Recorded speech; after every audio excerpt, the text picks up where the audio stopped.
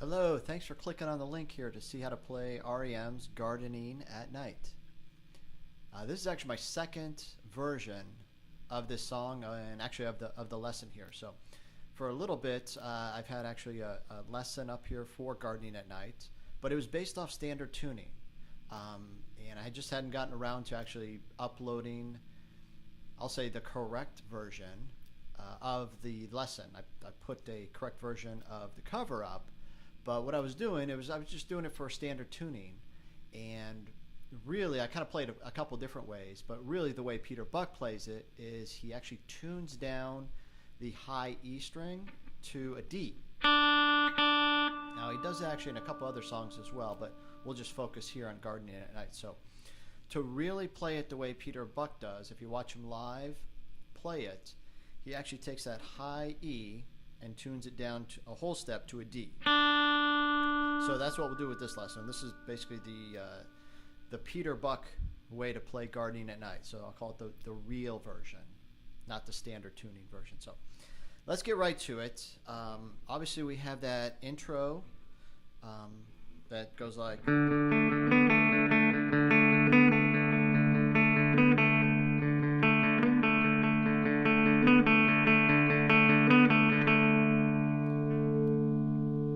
What am I doing there? Basically just kind of riding the fourth string and the third string and playing those. So what I'll do here to set it up is I'll take my first finger, put on the third string of the second fret, and then what I'm doing is I'm hitting that open D string, so the open fourth string twice, that, and then I hit that third string, second fret,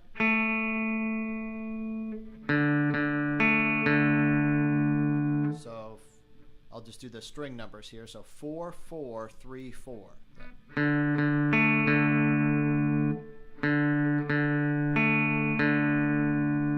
then what I have to do is I have to add on. So to do that, it's all going to be on the third string. Take my third finger, put on the fourth fret for that one note, that, and then go back to the second fret. And then fourth string, third string. So that.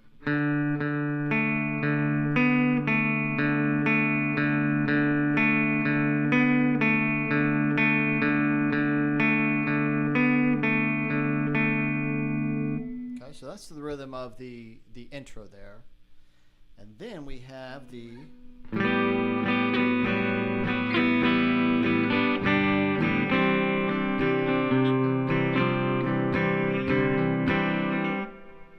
So how do we do that? Well, basically I take my third finger, put that on the first string, which is now that high D, take my second finger here, and I'm going to put that on the fourth string at the fifth fret. So I've got my my third finger, first string, fifth fret, second finger, fourth string, fifth fret. And I'm going to strum all four of those strings. And then I'm just going to move it down one fret to the fourth fret, to the second fret. So we got that.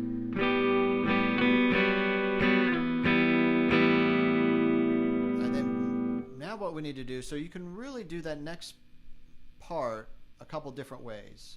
It just depends if I'm feeling a little bit lazy or if I really want to make almost like a full G chord coming off that. So remember, we got that and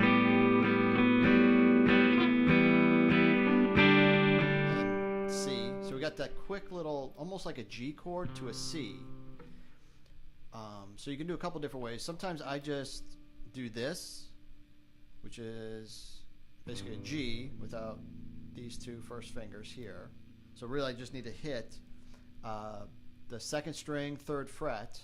Remember, we're going to always leave that first string open for right now. C. Or you could do a full G chord. Now remember, you're just not fretting that first string. So kind of up to you. Kind of do two ways. It just depends kind of how I'm feeling as I'm coming down, if I want to do it lazy or do a G. So I can do it this way, that.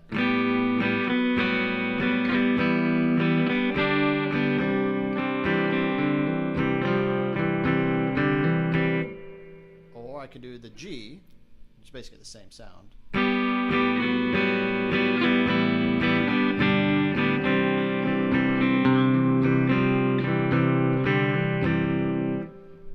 Really, you can see it's just a preference.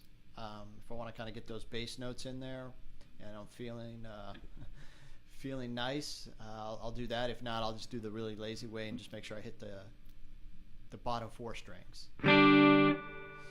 But now, then it comes into that C.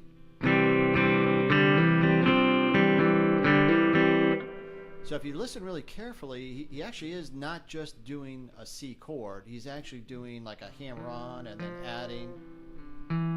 So it's not just a constant strum of that C. It really is this. It's so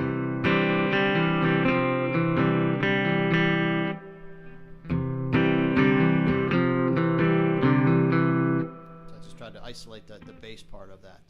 So take that C, right? And then we just hammer on that second fret, second finger part. So we got that C. And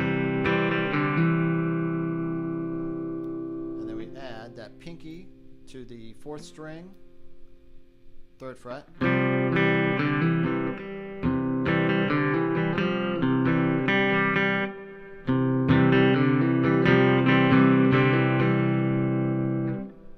It's really kind of the pattern that he's doing there.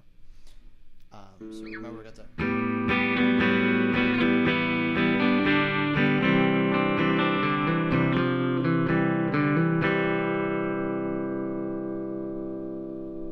So it does that a couple times, right? And then we got the verses. So the verses, again, they're not really hard. You probably already know the chords for these, but we're gonna constantly let that open D note, right? So the first string, we've tuned it down, so it's that D now. We're going to let that ring out. So let's do the chords, and then I'll show you basically what I'm doing then.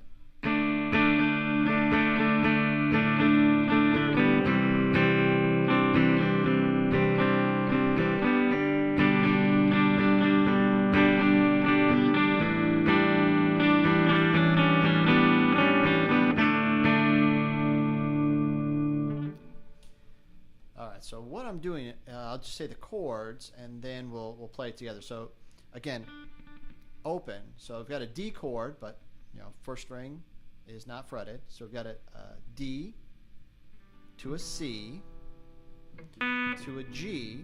Again, remember that first string's not fretted. To an A. I'm not really sure what this is. It's like maybe an A9. You guys correct me here. I just play it by ear.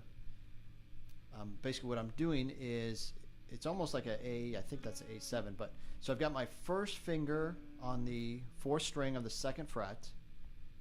I've got the 3rd string open.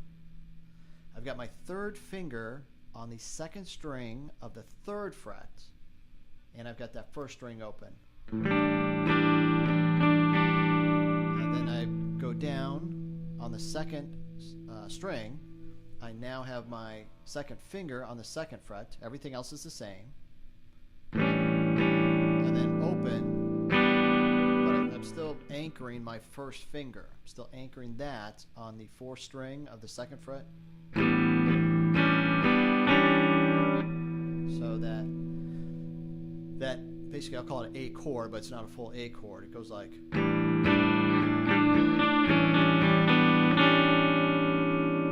Basically, just kind of riding that 2nd string from the 3rd fret, 2nd fret, open, 2nd fret.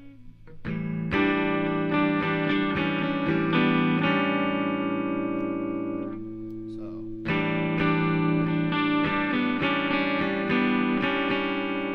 And then repeat.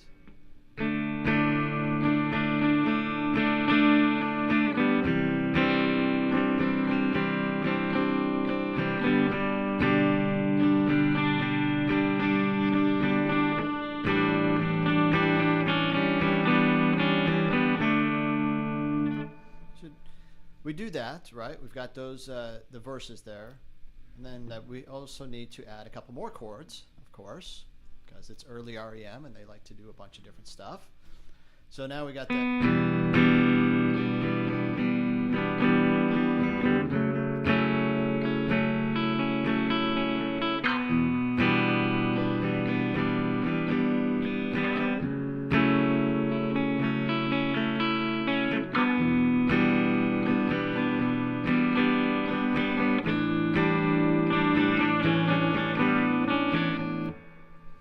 So what we're doing here is basically just an E minor to an F sharp minor. So now you can actually fret. Once you get to the F minor, now you can actually fret that first string. So if you listen, it's and depending on which version you're listening to of Gardening at Night. If it's off the eponymous, it's going to sound one way. If it's off Chronic Town, it's going to sound a little different. But basically, we got that picky, right? So. E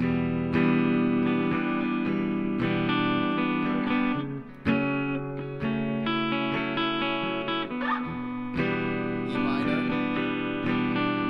F sharp minor.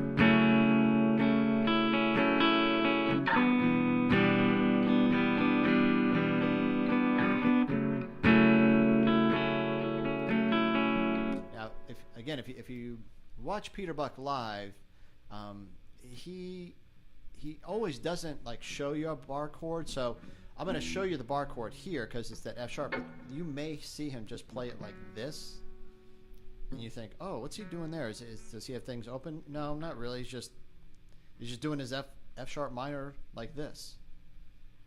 So instead of really kind of getting that sixth string in there, he just kind of bypasses that.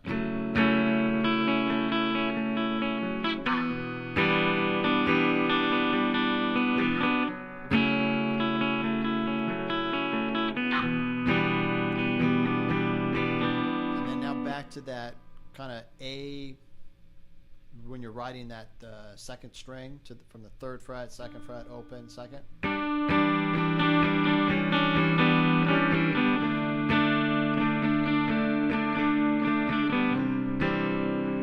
Right, so we've got those chords in there so far. Now the only thing really left is kind of coming off that almost like bridge, the break. So we've got the basically it's a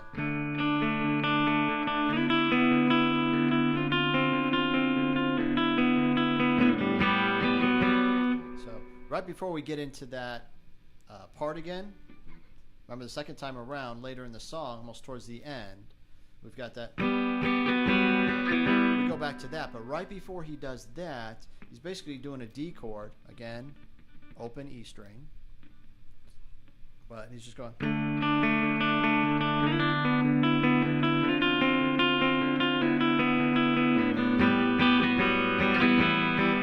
All right, so to do that, it's basically you set up that D chord, just like you normally would. Again, open. So we're going to go just normal D chord position. Then you're going to move that up to the 4th fret, and then up to the 5th fret, and then back to the 4th fret. So we'll do it kind of slow for you so you can see. It's that. And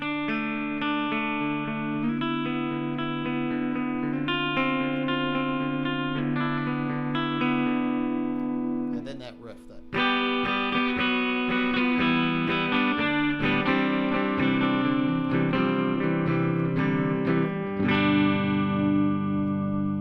And then he ends on that G. Hopefully that was helpful. I don't want to keep going on and making this too long for you guys, but hopefully that gives you all the real parts of how Peter Buck would play it live and on the record. If you ever saw him live, that's exactly how he's doing it. So hopefully that helped. If you liked it, give me a thumbs up. Shoot me any comments, any suggestions. Definitely welcome. But that is the Peter Buck version of how to play Gardening at Night. Thank you so much for sticking with this whole thing. I know it's long, about 15 minutes. But there's a lot of different pieces to go through, and I sure appreciate you sticking through or just jumping around whatever section you needed. So anyways, till next time, see ya.